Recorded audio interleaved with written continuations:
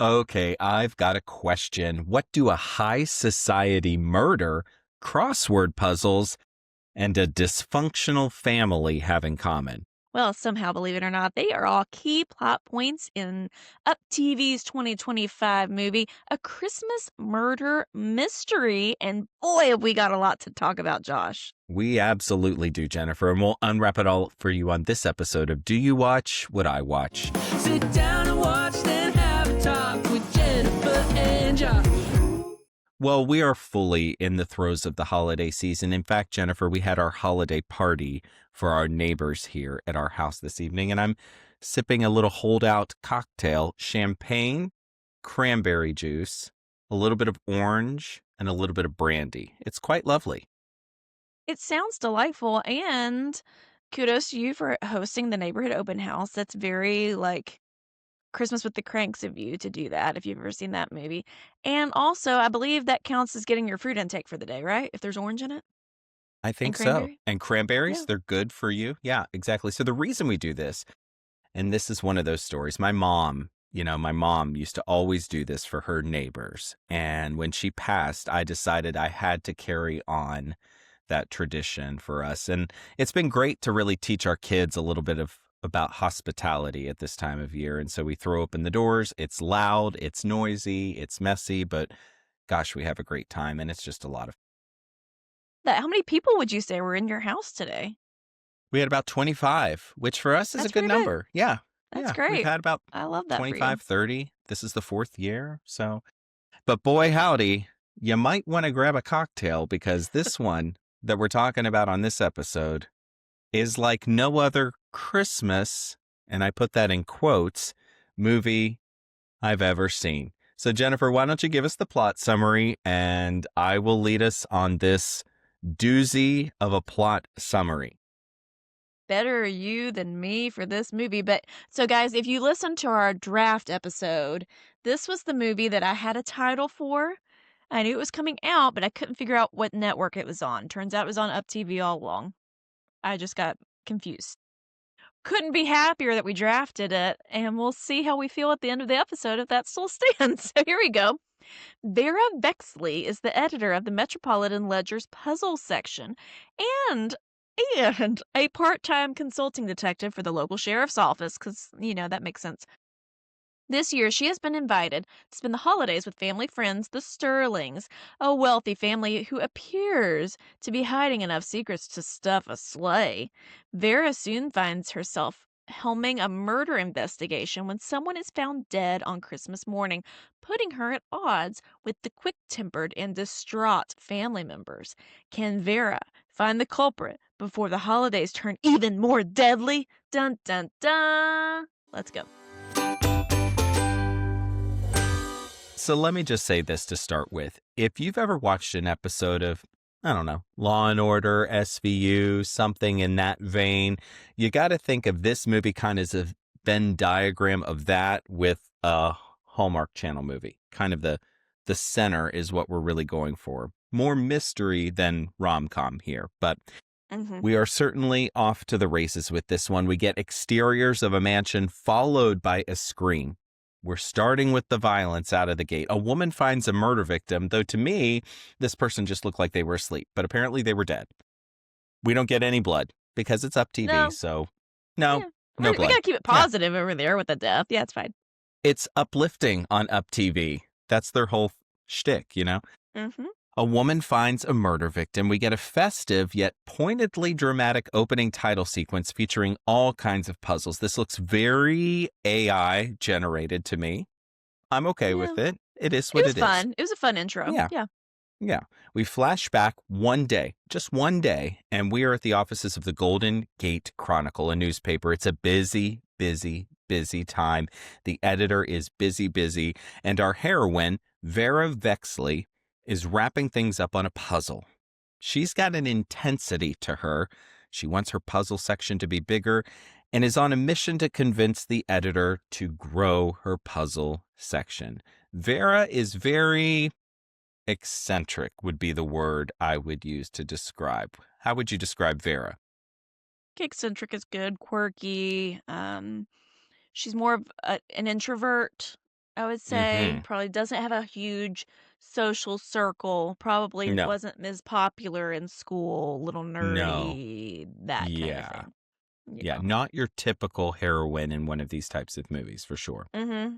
We're at the swanky mansion now. The wealthy owners are taking pity on Vera and an attorney friend, Darren, who don't have anywhere to go for the holidays. So they've invited these two to show up for the holidays at their mansion. The relationships are icy. We get that from go amongst these family members, especially between Dad and his daughter, Catherine.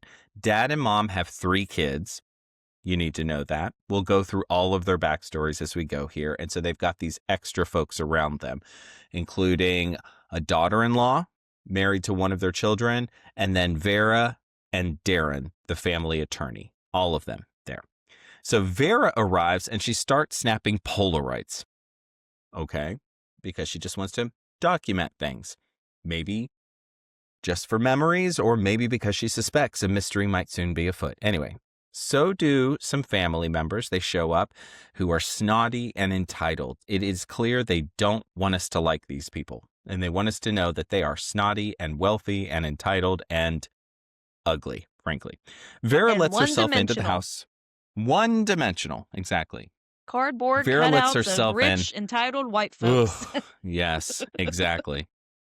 Vera lets herself into the house. She studies a family portrait above the fire. Everyone hates everyone. And Vera notices Catherine's engagement must have gone south.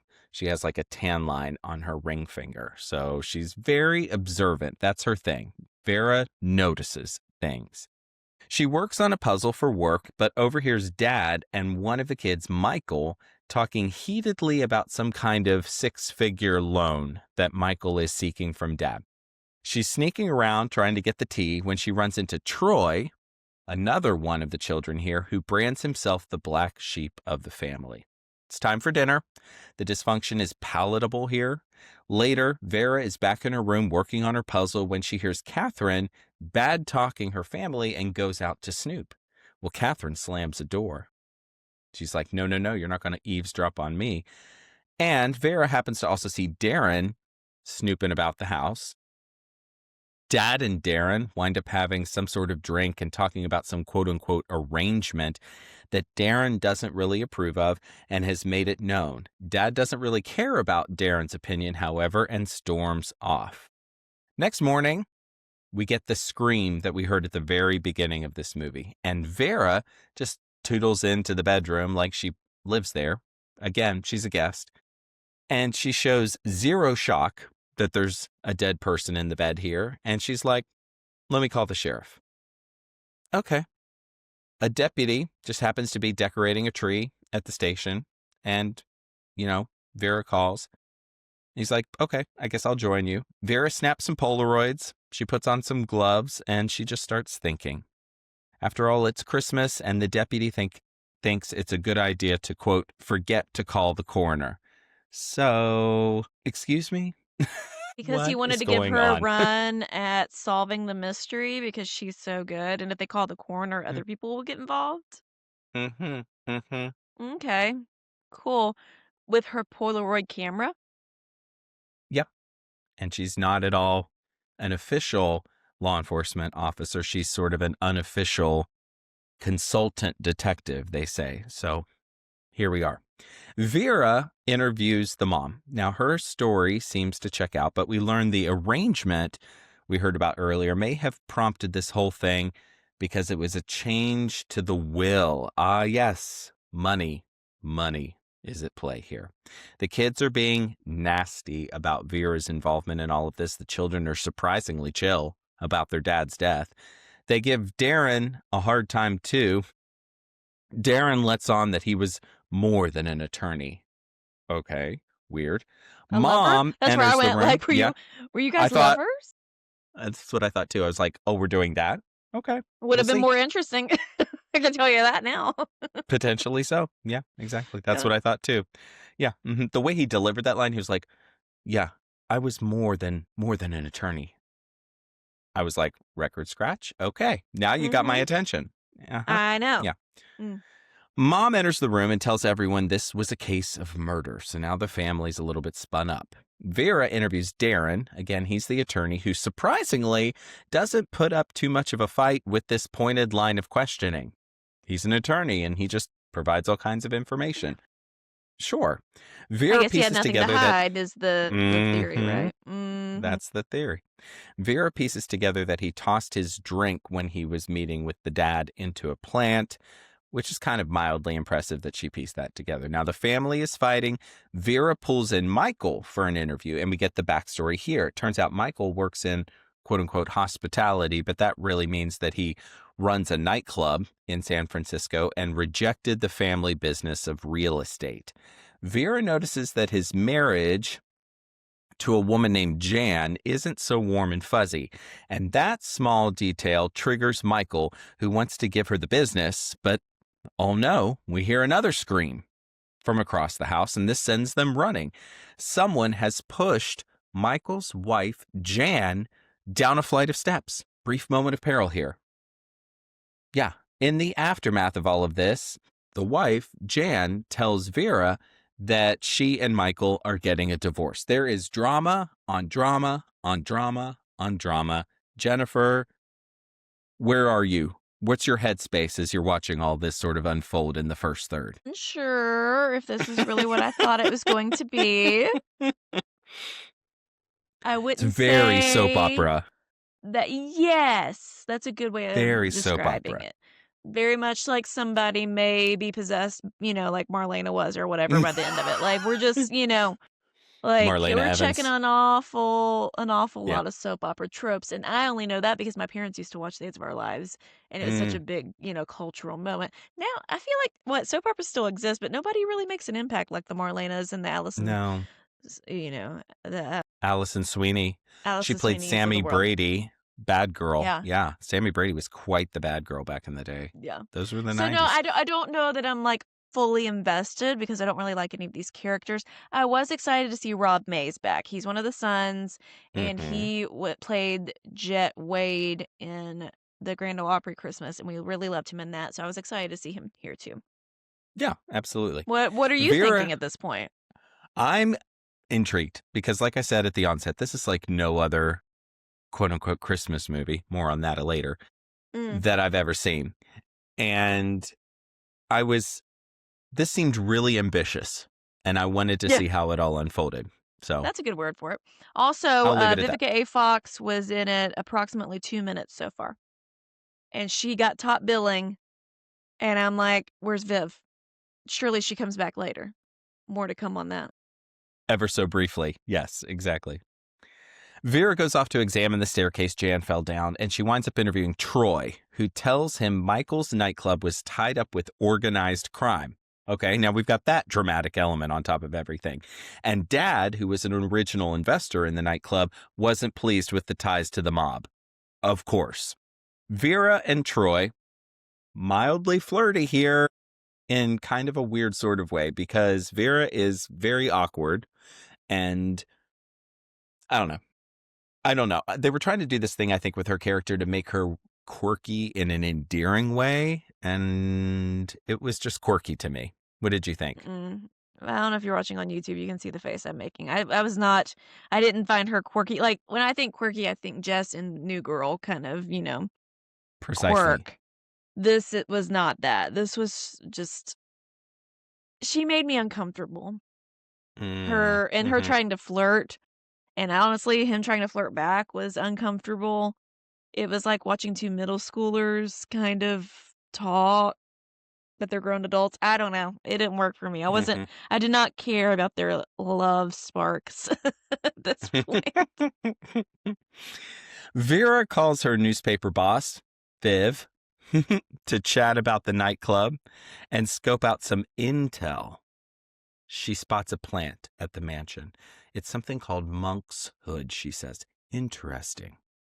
More Polaroids. She finds some wine glasses, some handprints on a window, evidence, a cufflink. It's very sort of CSI, gathering all the details here. Vera interviews Catherine, about why she didn't want to work for her dad, because Catherine, we learn, is also an attorney, but did not want to go into the family business. We learn Darren considered himself a surrogate son. Okay, so I guess not a lover, and has been jealous of Catherine in the past. Vera gets her intel from her newspaper editor. The FBI, has been looking into the nightclub, and what? Troy has been hanging out there? Ugh.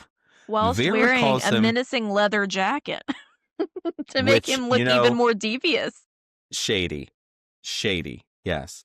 Vera Do calls people him... who wear leather jackets, does that mean they're shady? I own a leather jacket. Apparently so. We saw Andrew Walker exclusively in leather jackets on She's Making a List, and he wasn't menacing. But And we know on Tyler UPTV, Hines loves a leather jacket. Yeah. Good old Not boys. menacing. But UPTV, Yeah. leather equals bad. Leather equals bad. Vera calls him handsome. And now it's awkward. Vera asks Michael some pretty pointed questions about who he owes money to for the nightclub. Family's getting impatient about cracking this case, the whole 9 yards. Vera goes off to her room. She puts up this diagram on her wall. Think like a logic puzzle that you did in the 3rd grade, where you'd have like the people on one side and their occupations on another, and who did this and at what time, that kind of thing. There's Polaroids, and downstairs, mere hours after the tragic, untimely death of her father, Catherine puts on a record of the Nutcracker Suite. Why not? Things devolve. The family winds up pressing Darren on what changes were coming to the will, and a literal fight breaks out. Fisticuffs. Vera has to break it up. She pulls Mom in for more chatting. She has Vera, the mom does, open a safe and confirms, in another soap opera-esque plot twist, that Troy was actually adopted. Turns out Mom had an affair back in the day. No one knows but Darren, Mom, and now Troy and Vera, because Troy apparently did some sort of Bobo 23andMe to figure it all out and learned that he is not biologically his dad's. This is complicated. This is like a full season of Days of Our Lives in 45 minutes. There's a lot unfolding here. It is. The sleigh is off the rails for sure. The sleigh's off the rails. Now, Vera has also learned that Dad apparently kept journals where he would write down details of every single day of his life. So that may be an investigative lead. So she chats with Troy about the value of knowing the truth in a scene that's supposed to give us the sense that sparks are sparking. I'm not necessarily convinced. Vera is off hunting for Dad's journals in the office, which may hold some significant clues. She's perusing the bookshelf, just kind of looking at books and all this stuff. Michael, literally out of nowhere, falls into her. We see this candlestick roll across the floor. He's been whacked on the head with a candlestick. So this... By Colonel Mustard or Miss Peacock, or which one of them did it? Exactly. In the library, the literal library. Yeah, exactly. So he's been whacked on the head. Vera helps him to a leather couch, presumably in the living room. She notices that Darren and Michael's wife, Jan, are very buddy-buddy and running in together. And just, he's like got his arm around her, a little too familiar. And finally, they decide to call someone resembling a first responder to address this situation. So they call this ambulance. Troy helps Vera find a secret door in the desk and the journals, which have a layer of dust on them. Then she winds up questioning Darren about the will and his relationship with Jan. Next scene, out of nowhere, a deputy comes in, slaps the cuffs on Darren. So we are led to believe that Darren was the one responsible for the murder. Case closed. Troy and Vera, agree to go on a date. We think all of this is over, but then it's nighttime, and we see a shadowy figure slinking across the screen, descending the steps to the office, approaching Dad's desk to kind of see what's going on. Vera flips on the lights. Who do you think it is? Turns out it's none other than Jan. It's Jan trying to get to the journals that might connect her to the crime and everything. Jan has been had. What does she do? Of course, she grabs a letter opener. She holds it behind her back. And she all of a sudden whips it out dramatically like she's going to stab our dear Vera. But somehow, I don't know, the deputy was also in the room just hanging out, I guess, just hanging out in the office all night long in the dark. Sure, why not? Anyway, the deputy's there to save the day and takes Jan into custody. So it was Jan. And we get a very sort of murder she wrote thing here where Vera's kind of walking the family through how all of this unfolded. She leaves the house. She saved the day. She gives Troy just the quickest peck of a kiss and makes deadline on her puzzles. And Vivica Fox is very excited. And we fade to black. It's time for Gold or Coal. Okay, it is time for our Gold or Coal segment. If you're new here, Josh and I each bring 3 gifts to the podcast, things that stood out to us, good or bad. This time, if there's more gold, we're going to call it, it's a mystery solved. If there's more coal, it's a cold case. Josh, with your post-Christmas open house, jolly Yuletide bevy, what are you bringing to the podcast for this movie? Woo. Well, I'm going to start with some coal. This is not a Christmas movie by any stretch of the imagination. There's nothing more Christmas on that glass you're drinking out of than the whole movie. Exactly. This has more Christmas in it than the entire 2-hour movie. Honestly, the only thing that made this Christmas was the Christmas decorations in the scenery. There was nothing Christmassy about this. And for them to call it a Christmas murder mystery. Sorry, the 2-story tree in this big mansion had approximately 4 ornaments on it. Exactly. And 2 strands of lights. So, I mean, it was half-hearted Christmas at that. So, coal for me out of the gate. You lost me. You lost me. Yeah, this movie's bad, y'all. I'm gonna give some coal. These characters are all terrible people. Like, I could not, except the deputy. He's the only one I could probably kind of get behind. Literally everybody else could not care less about them. They were all one note except Vera, but every quirk they gave her was weird and troublesome. And it felt like a theater troupe that they showed up and were reading the lines like the day they got the script. This was not acting. This was coal. This was coal. It's gonna have to be coal. Yeah, I will give some gold. I will say this. There's potential here for this lead character to be interesting. Like, I could see this, if there was more thought put into it, being like a lead character in a series of these sorts of things, like, you know, an Aurora Teagarden or a Hannah Swenson, one of those sorts of things where this is a puzzle editor who kind of has this relationship with the police department and winds up solving cases, that sort of thing. And I don't know if that's what they were going for here. It just needed to be a little bit more fleshed out. Like, I think we needed some backstory on who she was and why she was the way she is, because they tried to tee this up as a quirky character and make us like her, but I think that they needed a backstory to help us like her. But all that to say, interesting character. They were trying to do something different here. I get it. And so for that reason, I'll give it some gold. Yeah, I mean, I was very excited about the premise. So, and I have seen something similar to this year. We didn't finish it. I think we were like on the last episode and we fell asleep and never went back to it. So I don't know what this is about the show, but Andy, my husband, and I started. It was called The Residence on Netflix.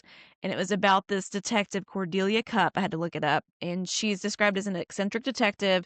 And she arrives at the White House in order to solve a murder which happened during a state dinner.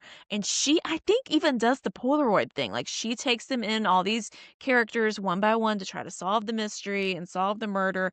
And her thing wasn't puzzles. Her eccentricity was bird watching. So she was taking notes from interviewing people, and then she would get distracted and be like, that's a red-bellied blah, blah, blah bird, whatever it is.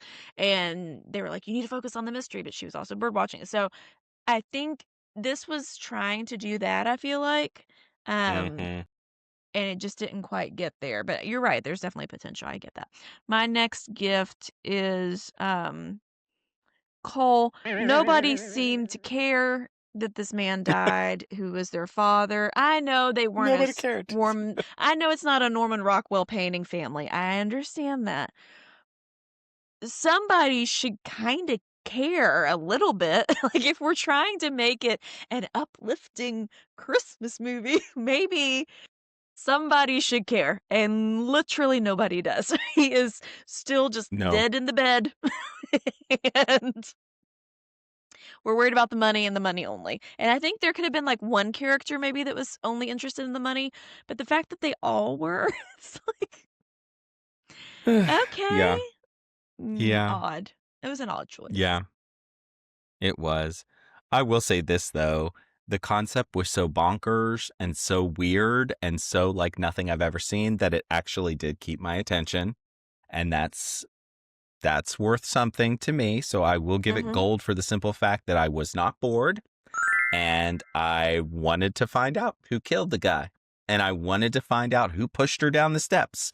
Turns out she faked it and threw herself down the steps. So I will give it gold for the simple fact that it was, for me, mildly entertaining. Agreed. It was mildly entertaining, but that means you are giving it 2 golds. Yes, I will give it 2 golds. How dare you? How dare you? The gall. Where do you get off doing The that? absolute gall. Okay, well, I was going to give a pity gold, but now I'm not going to because this movie is not going to be a meh Christmas. I cannot have that on my podcast. So I'm going to get more Understood. Cole. Okay. It's like, it's all bright and daylight. The poster is dark and menacing and moody, and I'm like, oh, this is going to be so mysterious and cool. But virtually 90% of the scenes, it's all bright, sunshiny day. Beautiful. Not a Beautiful cloud in weather. the sky, no No mood snow. to No be snow. had. Also, a sidebar, Vivica A. Fox was in this movie approximately 3 minutes the entire runtime, and I feel duped because I fell for it. I thought she would be this fun character that Vera would call for advice or what have you, and she did it like once, and the rest of the time she's just like, Vera, where's my puzzle? I wanted more Vivica. And I just wanted more from this movie. It did have Yeah. potential. It bums me out. I know if my tires ever get slashed, it's probably going to be from UpTV Corporate because I've poo-pooed on 2 of their movies this season. But this was better than that. Yes. I was much it more was entertained way better than the other one. than The Great Christmas Snow-In. But I'm still giving it all cool because this is not a movie I can recommend to anyone. I'm sorry. There you go. Fair Evidently, enough. you And so loved it though with 2 No. golds. 2 You've gold given doesn't mean other love it. really you've given other really good movies 2 golds and had a nitpicky Cole, and you're giving this 2 golds. How dare you? Okay. Anyway, bottom line here, we What had all's in that 4. drink? We need to go back to the Okay. contents of that drink. You're slain in the Christmas spirit, and it's skewing your reviews. Sorry, falling off the rails, everybody. Oh, Anyway, no. at the end of the day, it is 4 coal for this one. 2 gold. We're going to call it a cold case. Can't really say it's worth the watch unless you want a quirky, weird one that's going to have you rolling your eyes. And sometimes, hey, that might be what you're looking for. I will say this, Jennifer. If folks are looking for a better option for a Christmas movie that we are not covering here on the podcast, but I would wholeheartedly recommend, and I know you watched this one as well, it's Single on the 25th. You watched it? Watched it, not just watched it, I watched it enthusiastically. I freaking loved that movie. I thought Daniel Lissing and Lindsay Fonseca were great. The romance was great. I especially loved his character in that movie, and I just thought it was so satisfying as a Christmas movie, and really, I thought tackled the issue of singleness so well and gave it so much dignity, and I absolutely thought it was really well done. I mean, in the end, she's, spoiler alert, not single on the 25th, so that's kind of a bit Well, like, I remember plenty of Christmases where I was single, and it is a giant reminder at the holidays that if you're single. But overall, that movie is funny. It has heart. It has chemistry galore. I put this, I did a little bonus review on our Instagram. I almost cried at the gift giving I was so caught off when she gave him that first gift. I won't say what it is. And then when he in turn gave her a gift, I wasn't expecting it.